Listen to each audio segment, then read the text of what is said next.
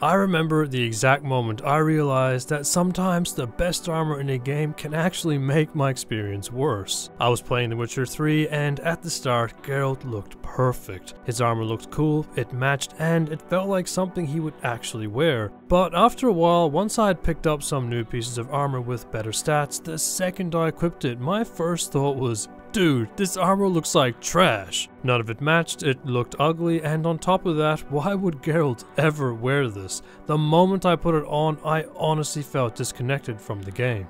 And that right there was one of the moments I realized stats aren't the most important part of gear. Armor isn't just about boosting defense, it's one of the things that can shape my entire experience. When I look like the character, I feel like the character, and once I started playing with this mentality, I could never go back. And even though I love this game, no other makes it more obvious than The Witcher 3.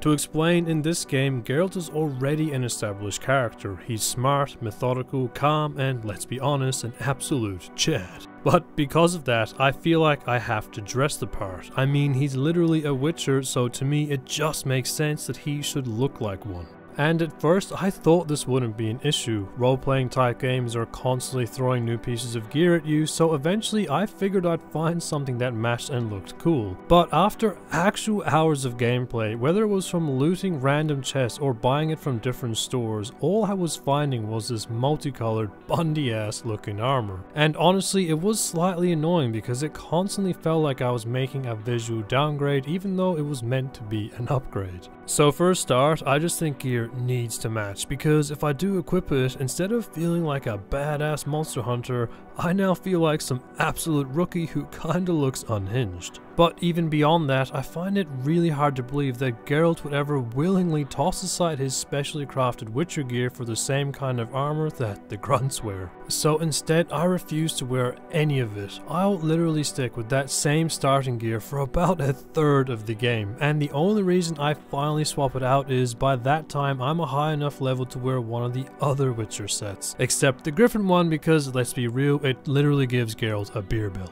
And honestly, sometimes playing like this does get stale after a while. In general, I think that feeling of getting fresh new armor feels great, but I can't ignore the fact that something always feels off, especially when it doesn't match or suit the character I'm playing. This might sound weird, but even though I'm not the one wearing it, I feel uncomfortable in it, and that feeling is kind of annoying because it keeps taking me in and out of the game. It's just one of those things where I think immersion is far more important than increasing your stats, and besides, having weaker armor kind of forces you to get better at parrying and dodging, which for the most part feels more in line with how I would imagine Geralt would behave anyway. Honestly, it really just makes me disconnect from his character, and it's one of those things where I don't think I would ever get that feeling of actually being Geralt if I didn't dress like Geralt.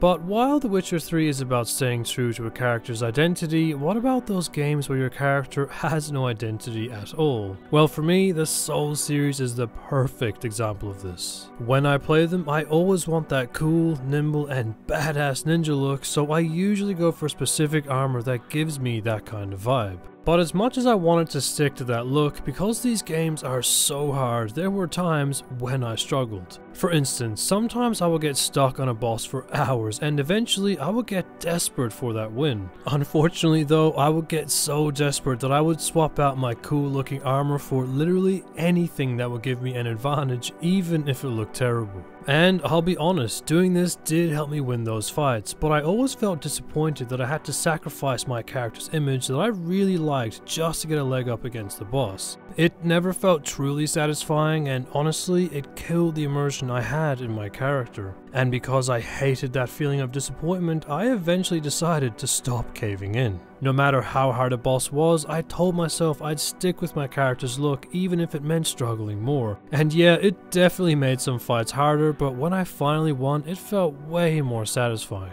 That's when I realized that for me, these fights weren't just about winning, they were about making the moment feel right, especially the cinematic ones.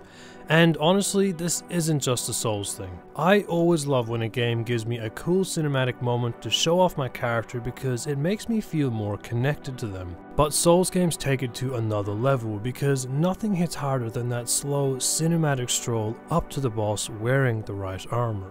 Now, when it comes to these iconic cinematics, I just want to look and feel cool as fuck in them, but even more than that, I like to imagine that I'm giving that boss some sort of impression. Like, if I wear something intimidating, I want that boss to feel intimidated, but if I do the same thing, wearing all the best gear while looking ridiculous, I can't help but imagine the boss will be thinking, "Look at this dumbass." And I know it sounds stupid because realistically the boss doesn't have an opinion at all, but these cinematics are a one-time thing, so I just get so immersed in these dramatic moments that if I don't dress the part, I just get completely taken out of it. This might sound weird, but things like this are actually why I have rules for how I wear armor in these games. Like, for one, I refuse to wear a new armor set until I have the full thing. If I don't have all the pieces, it just feels incomplete. But at the same time, if two different pieces match in color and style, then yeah, I'll chuck them on together. This actually ties into why I care about armor when playing online as well, because when I see someone in multiplayer who's wearing a really well put together outfit, my first thought is always, damn, that guy looks sick. But when I see someone just wearing a bunch of random mismatched gear for the stats, I don't really care, and those encounters just aren't as memorable. And at this point, I gotta mention Bloodborne because it quite possibly has the best balance between fashion and stats. In Bloodborne, stats don't really matter that much, and almost every armor set is viable because they all have a similar style, which means I can mix and match however I want without worrying about screwing myself over. So instead of making sacrifices for stats, I get to actually roleplay the cool type of hunter I want to be, and I never get that nagging feeling of, oh, my armor doesn't match. And I absolutely love that, and I kind of wish more games had this approach to gear. But beyond just looking cool, there's one more way that clothing affects how I play, and it's something I've been doing for a while now. To give you an idea, back when I played the Horizon games, I always found it unbelievable that whenever I was heading into the cold, snowy mountain regions, I could casually wear an outfit that looks like it was made for the beach. Every time I did, I'd always think to myself, if this was real, Aloy would be freezing her ass off and probably die.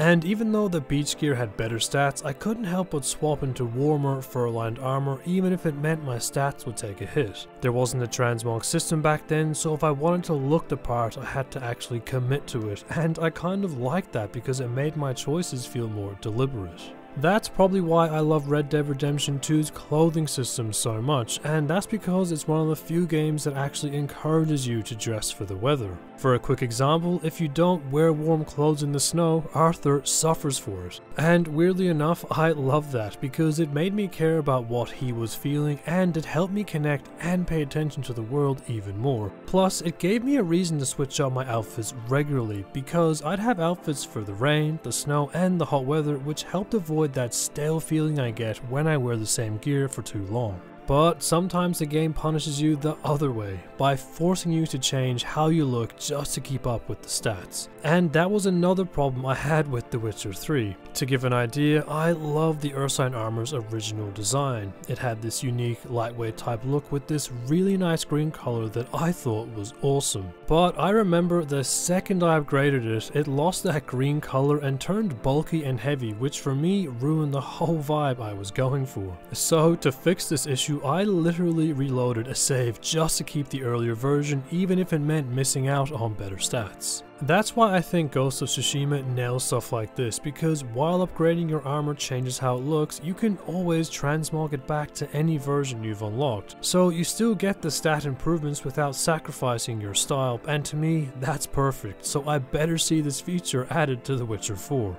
In the end, I don't just want to feel powerful, I want to feel like myself in these worlds, and when a game gives me the freedom to look and feel the way I want, that's when I truly get lost in it. And that, I think, is what makes for a great armor system. It's not just about stats, it's about making sure you never feel like you're sacrificing your identity for the sake of numbers. I highly value immersion in games, in fact it might even be the most important thing to me, because let's be honest, the world kinda sucks right now, and sometimes I desperately want that escapism where I can feel like I'm someone else in another world. At the end of the day, games are my escape. Sometimes I'm just not fully feeling myself, but in a game I get to be exactly who I want to be. And when I look the part, when I actually feel like my character, that's when I get completely lost in the world, and to me, that's when a game is at its best. Anyway, that's it for me. Thank you for keeping it stylish with me, and I hope this video made you go, yeah!